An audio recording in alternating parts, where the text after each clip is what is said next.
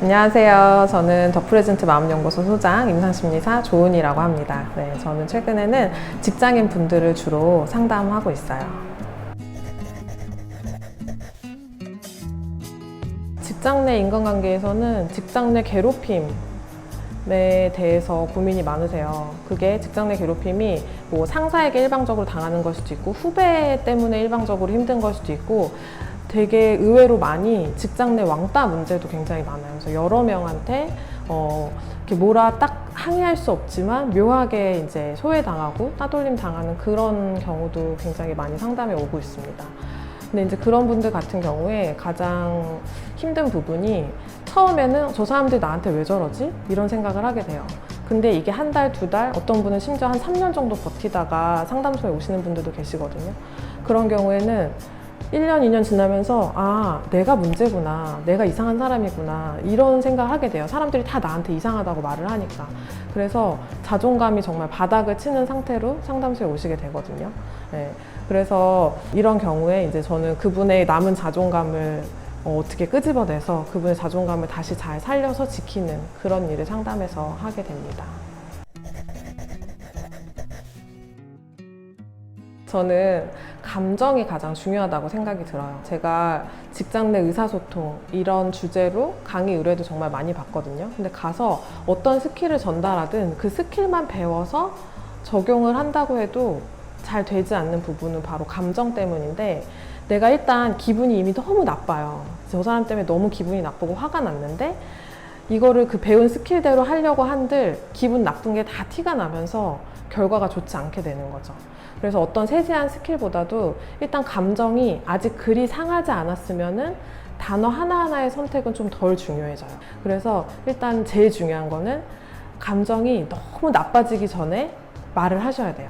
근데 보통은 감정이 내가 지금 나빠지려고 한다, 이대로 두면 더 상할 것 같다, 이 지점에서 알아차리는 것 자체가 굉장히 힘들거든요. 이미 나빠진 다음에 말하는 거는 소용이 없다, 이거를 기억하시면 내가 기분이 나빠지려고 할 때 나빠지기 전에 내 생각을 정리해서 말해야겠다, 이것만 기억하셔도 좀 도움이 되실 것 같아요.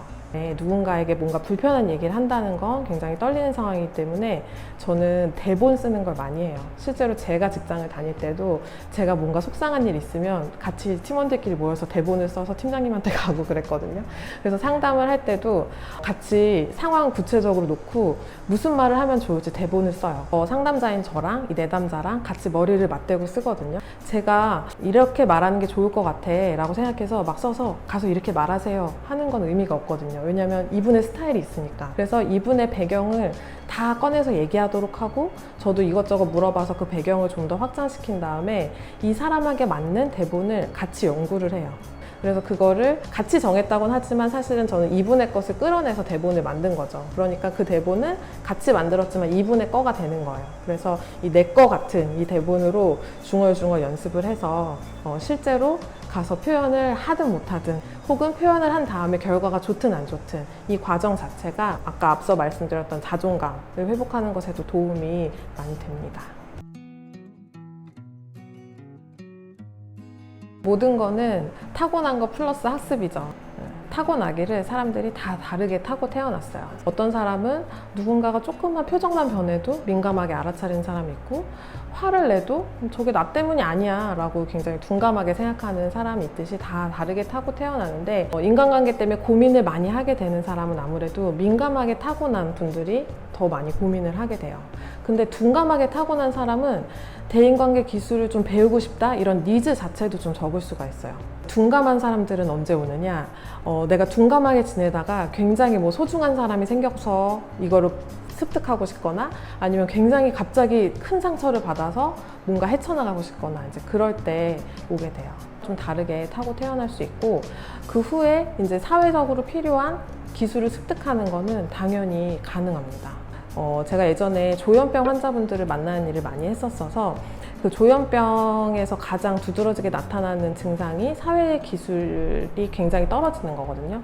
그분들에게도 항상 사회기술 훈련이라는 게 들어가요. 그래서 그분들도 늘 연습하면 사회기술 훈련을 습득할 수 있거든요. 그러니 당연히 일반인 분들도 이 기술을 습득할 수가 있어요. 그런데 거기서 또 가장 중요한 거는 기술만 습득한다고 그걸 기술적으로 쓰는 사람들이 잘 되진 않아요. 제가 앞서 말한 다른 사람 감정 알아차리는 민감도, 이걸 타고난다고 하는 것을 연습할 수 있어야 될 것 같아요. 그래서 그걸 연습하는 가장 좋은 방법은 상담실에서 상담자랑 같이 대화를 나누는 순간 내 기분이 어떤지, 상담자 기분이 어떤지 그런 걸 스스로 알아차리는 연습도 하고, 상담자도 질문을 통해서 기분이 어떤지, 내 기분은 어떤 것 같은지 이런 걸 물어보면서 적정한 수준을 조율하는 연습을 상담실 안에서 많이 하게 돼요. 그래서 그게 내가 적정한 감정을 느끼는 게 연습이 되면 그 후에 배웠던 기술을 얹어서 좀 더 효율적으로 효과적으로 사용할 수 있게 됩니다. 찍으세요. 비하인드. 감사해요. 대본 쓰기 전문이에요.